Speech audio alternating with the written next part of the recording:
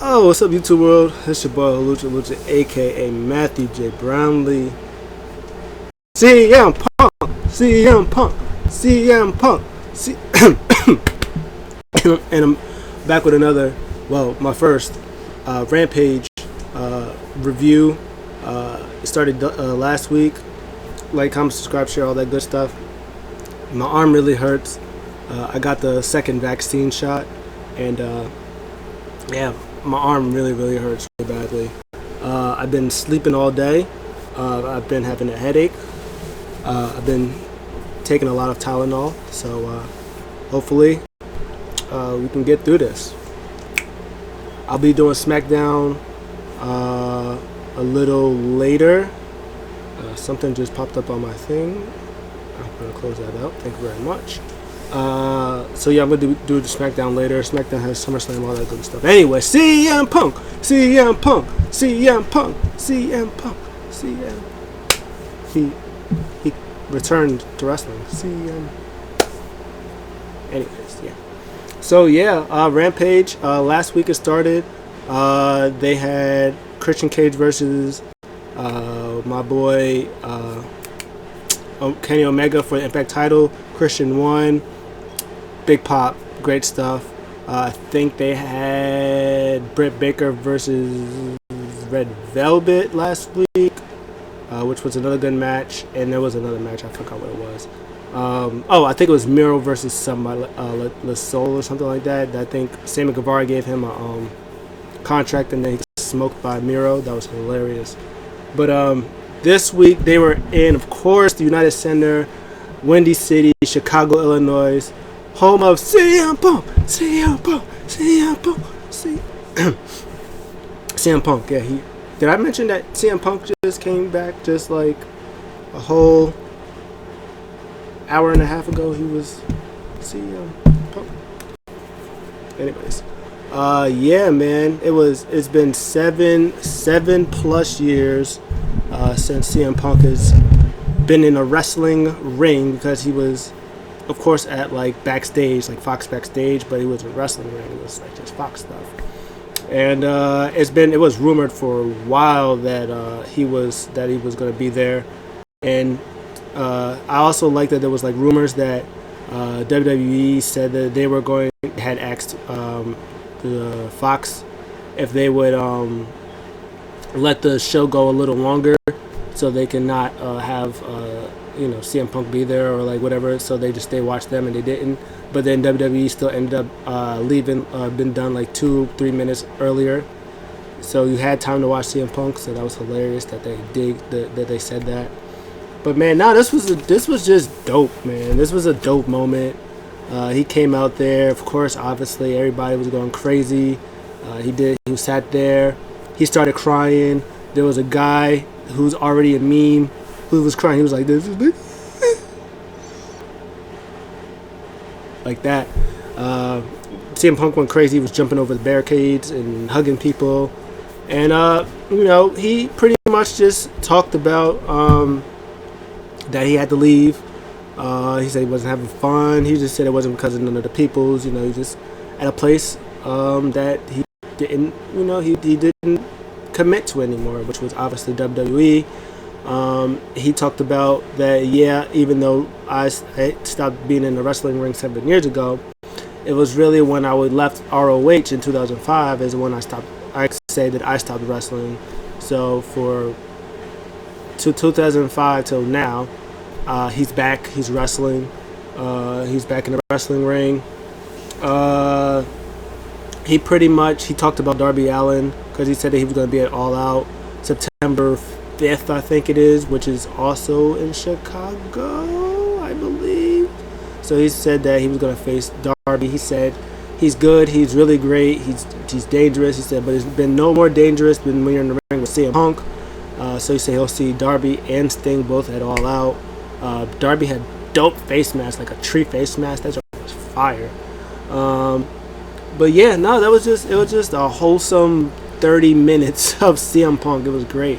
I could have just listened to him talk for the whole hour, and it would have been great for me. But yeah, He even mentioned the ice cream bars. He said, "Hey, on me. I know it's been 7 years in the making. On me, go out there and get you some ice cream bars." So, ice cream bars from CM Punk, big WWE. Man, yeah, that was fantastic. After that, they had a promo backstage thing with Christian Cage. He said talked about Jurassic Express being a private party.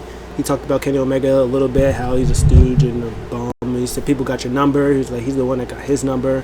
And last week I took you out, and I took the title from you. Next at All Out, I'm going to take the All Elite Wrestling title from you, and until Jurassic Express to go win that tag team match, which came up next.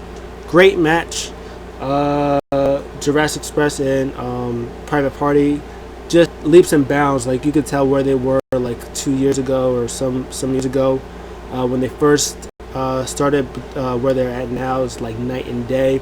Jurassic Express is just over like Rover.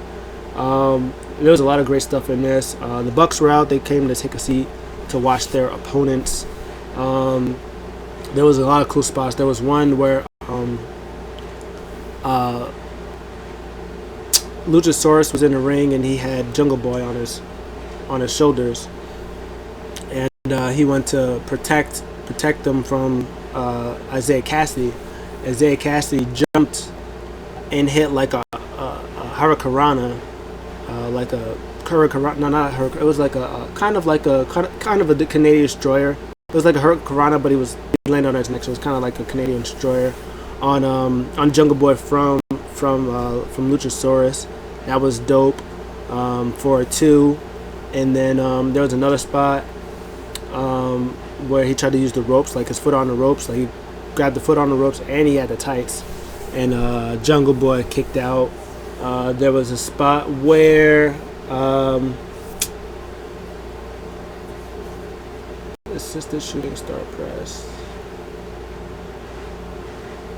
Oh yeah, he went. Isaiah Cassidy had Mark Quinn like on the ropes, and then he got on the ropes and he did like a shooting star press on the Luchasaurus. That was good stuff.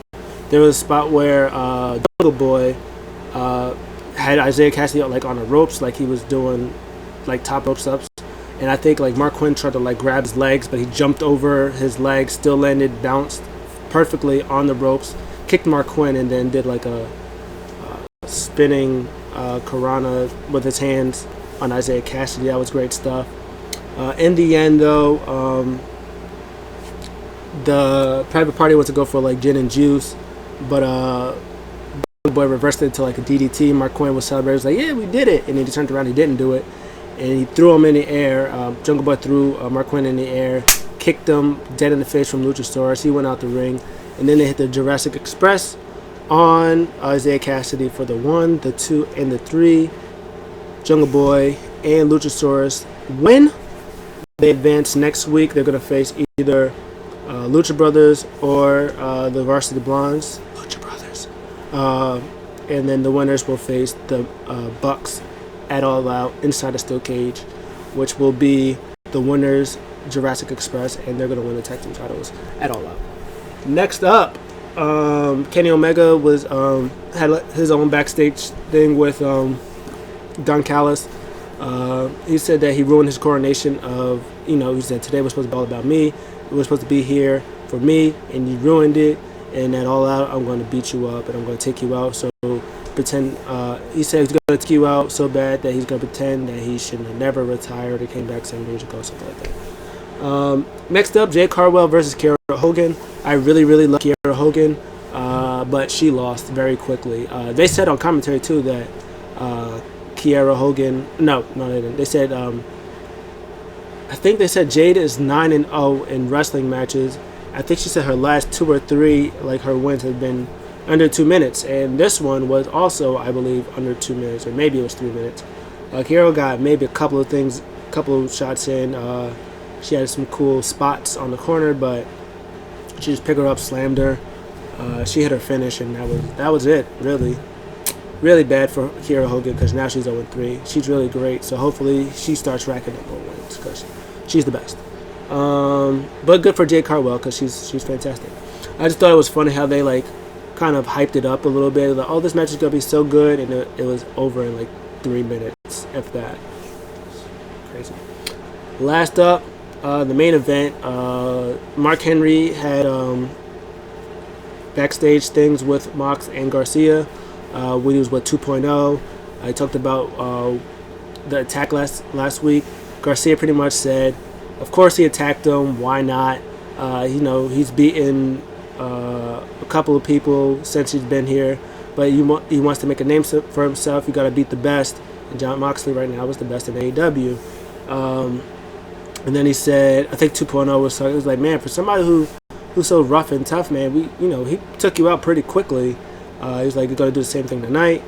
Jon Moxley hit a dope promo, of course, just effortless. He's like, of course, I'm mad. Can't you see I'm mad? He was like, pissed off right now.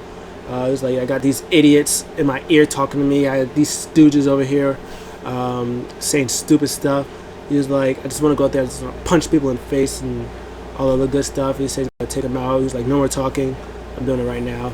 And then they went to commercial, came back. Forgot that Wild Thing? Forgot that was a thing for Jon Moxley. Yeah, that's still his theme song. They need to get rid of that. Just go back to the old one. Because I didn't hear the pop for him. Like, they popped a little bit, but they were too busy singing his theme song. So I guess that's fine. But when Jurassic Express did it, they popped for Jurassic Express and they sung his theme song. They just like sort of popped a little bit, but they was just really singing his theme song. It was what it was. The match itself wasn't long, but it was good enough for what it was. Garcia really worked on the ankles of Mox. Everything Mox was trying to do, he would reverse it into some cool submission. Good showing for Garcia. Good for him. But in the end, I think Mox went to go for the paradigm shift, but like he reversed it into a single leg crab, but he like bent all the way back on it, and then Mox reversed that into the dog collar chokehold thing, and that was enough to tap him out. Jon Moxley wins. He celebrates for a little bit, then Garcia comes in, and then 2.0 come in, and all start beating him up. Eddie Kingston's in there, but they're still outnumbered. And then Sting and Darby Allin come out, and they take care. They clean it. The crowd is chanting CM Punk because Darby Allin and CM Punk are about to have a match. They didn't come out, but as soon as Sting hit that Stinger splash, crowd cheered. Scorpion Death Drop, Coffin Drop, crowd cheers, and they're happy and stuff like that. And that was Rampage. That was it. Solid, good match between the Jurassic Express and Private Party. That was a good match. Mox and Garcia was solid. Jade, no, that was a squash match, but it was what it was. And CM Punk returned, man. He got so much love. So happy. But that was the show. Good hour, nice sprint.